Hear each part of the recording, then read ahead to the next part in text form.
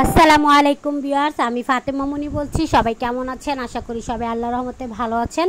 আমিও আলহামদুলিল্লাহ ভালো আছি। আপনাদের মাঝে নতুন আরেকটি ব্লগ নিয়ে চলে এলাম। সকাল সকাল সেদিন আলু ভাজি করা হচ্ছে, কারণ হচ্ছে বাচ্চারা আলু ভাজি খাবে। তো হচ্ছে বাচ্চারা বলতে খাদু পছন্দ করে, আবার কারিমার আর মা বোন আসছে, তো ওই জন্য ভাজি রান্না করলে দেখেন আমরা 12টা বাজে তখন নাস্তা খাইতেছি। এই যে চা চা আমার এই ভাইটা শুধু চাই খায়, ওটা হচ্ছে পনির চা। পনির চাটা অনেক মজা, এই পনিরের চাটা এত মজা, ওই জন্য আমরা পনির দিয়ে সব বেশিরভাগই চা খাই। আমার ভাই খেতে চায় না, না খাবে না, কারণ ওর পছন্দ না, বলে পনির আর পছন্দ না। পরে হচ্ছে যে আমার বোনে স্পাইডারম্যান না সুপারম্যান দিছিল, এই যে ইউটিউবে ওকে সুপারম্যানের মতন আকাশে উড়াইতেছে। তো আমার বোনের কাছে যাবে আমার আম্মু, আর হচ্ছে আমার এই ভাই, আর এই যে আমার ছেলে, তিনজনে মিলে আবার বোনের কাছে যাবে। বোনের সকালবেলা আসছিল, দেখা করে নাই, গেটের থেকে কাপড়টা দিয়ে চলে গেছে। তো এই জন্য আমার আম্মু যাচ্ছে, কয় কি কেন, কী হলো, কোনো সমস্যা নেই।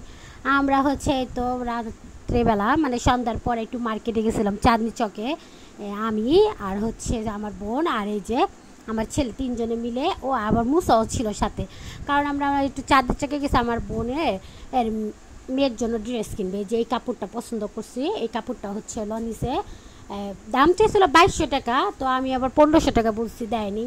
এই 100-200 বাড়াইছি, শেষ দাম 2000 টাকা। যাই হোক 2000 টাকা দাম নিয়েছি এই দোকান থেকে।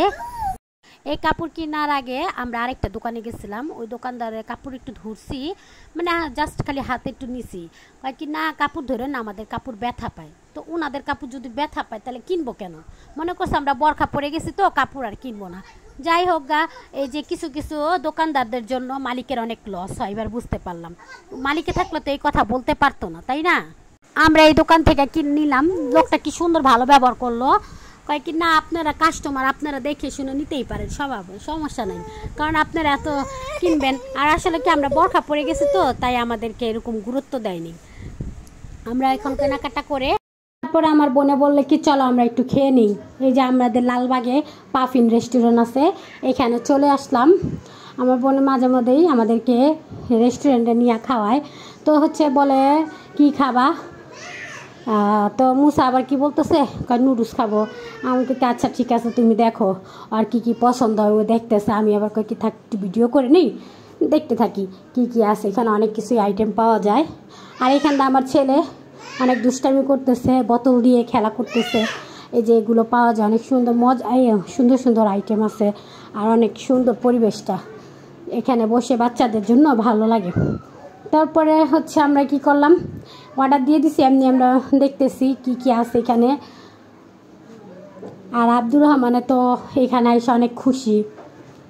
আমার বোনে চাইছিল কি আমার বোনের মেয়ের জন্মদিন এইখানে করার, ফাতেমার, কিন্তু আমরা আবার নিষেধ করছি, থাক জন্মদিন আমরা বাড়িতেই করব, বাবুর চাই না, বাড়িতে সুন্দর করে ডেকোরেশন করব। এই যে কি হয়েছিল, এখানে আমার ছেলে গ্লাস ফেলাই দিছিল একটা, তো হচ্ছে পরে ভাঙি নাই, আমার বরখার মধ্যে এসে পড়ছে। আমার বোনে বকা দিল, থাক গ্লাস ভাঙলে ভাঙো, তুমি আগে তোমার আর ছেলেকে ধরবা, তুমি গ্লাসের চিন্তা করো কেন। এই যে আমার বোনে দিতেছে অনেক নুডলস, এই নুডলসটা নিচে হচ্ছে 440 টাকা। তো 3টা কোক, আর এটা হচ্ছে জুবাইদার ছেলে, মাশাল্লাহ স্প্রাইডারম্যান না, এটা কি জানো, সুপারম্যান, পরে অনেক খুশি। এখন ওরটা দেখা দেখি খাদিজাও পড়বে, তো আমি বললাম একটু ঘুরো, ও তো বুঝতেছে না, ও এইভাবেই দেখতেছে। যাক মুসা আমাদের আয়সা, ও ওকে শিখাই দিছি, ও অনেক সুন্দর করে ঘুরতেছে মাশাল্লাহ দিলে। ওকে একবার শিখাই দিলেই চলে আয়সাকে। আয়সা দেখেন পুরা সুপারম্যানের মতন, মানে অনেক খুশি। এটা আমার আপু দিছে, সাদি আপু। তো হচ্ছে আমি কই কি রেখে দাও, খুলে রেখে দেই। ও কই কি না আরও খেলবো। আমি কই ঠিক আছে, আমরা এখন রাতের খানা খাবো, তখন রাত অনেক বাজে। এই যে গরুর গোস্ত, তারপরে ঢেঁড়স, এই ঢেঁড়স বাজিটা পছন্দ করে আমাদের ইউসুফ। আমরা এখন রাতের খানা খাবো। আর এদিকটা মুসা দেখেন না, রাগ করছে, বারান্দা শুয়ে রয়েছে। কি রাগে একদম বারান্দায় শুয়ে রয়েছে।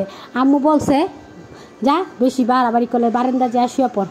দেখেন আমি ওরা কইতাছে হ্যাঁ যা, ভাইয়ের সাথে শুব না, মানে রাগ করছে। সেদিন আমার ফুফাতো ভাই আসছিল, তো হচ্ছে ওর জায়গায় শুয়েছে দেখে এই জন্য একদম বারান্দায় শুয়ে রয়েছে। না আমি শুবো না, আমি এখানেই শুবো। যাই হোক এদিক দিয়ে আমি দেখি আমার ভাই ফ্যান পরিষ্কার করে ফ্যানে ভিজা কাপড় দিয়ে রাখছে যাতে করে ঠান্ডা হয় রুম। সবাই ভালো থাকবেন, আমাদের চ্যানেলের পাশে থাকবেন, আর হচ্ছে ছোট্ট ছোট্ট বাবুদের জন্য দোয়া করবেন। আল্লাহ হাফেজ।